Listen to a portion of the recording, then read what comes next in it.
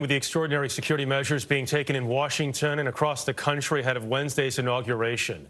With the potential threat of more violence this weekend, businesses are boarding up, the National Mall is shut down, and the Pentagon has called up some 25,000 troops. Fencing and a stepped-up security presence is also assembling at state capitals across the country.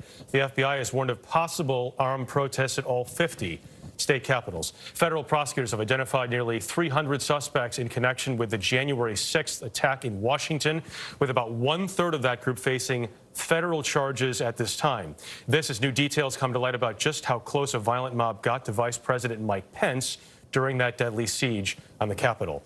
Congressional correspondent Nikole Killion begins our coverage at the White House this morning. Nikole, congratulations on your new position. What's happening there? Well, thanks, Jeff, and good morning, everyone. The mob reportedly got within steps of where Vice President Mike Pence and his family were hiding before an officer steered them away.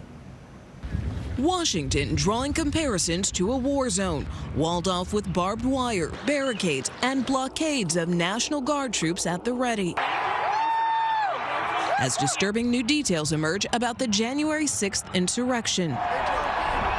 When rioters stormed the Capitol, protesters are in the building. Vice President Mike Pence waited nearly 14 minutes in the Senate chamber after the initial security breach, giving the angry intruders time to get closer to his location, some calling him a traitor and chanting for him to be hanged.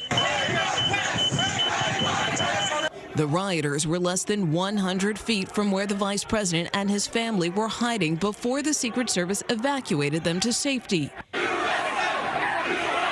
In court filings late this week, investigators say Jacob Chansley, dubbed the QAnon shaman, espoused identifying and hanging leaders he viewed as traitors within the United States government, and that Chansley left a note for Mr. Pence on the Senate dais. It's only a matter of time. Justice is coming.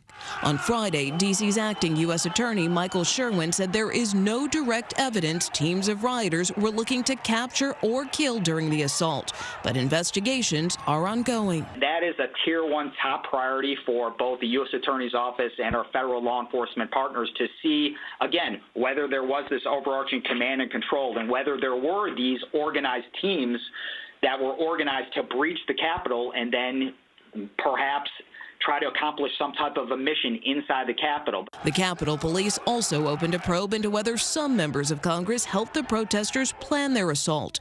House Speaker Nancy Pelosi named retired Lieutenant General Russell Honore, who led the military response to Hurricane Katrina, to conduct an immediate review. There is strong interest in the Congress in a 9/11 type commission, an outside commission, to conduct that after-action review. In the meantime, I'm very grateful to General Honore. The Washington Post reports that an internal Capitol Police intelligence report warned of a potential violent scenario where Congress itself could be targeted by some of the president's supporters. That red flag went out 3 days before the riot, but was not widely shared with law enforcement so far. No response from Capitol Police. Nikole, thank you. The more we learn, it seems like the more questions we have.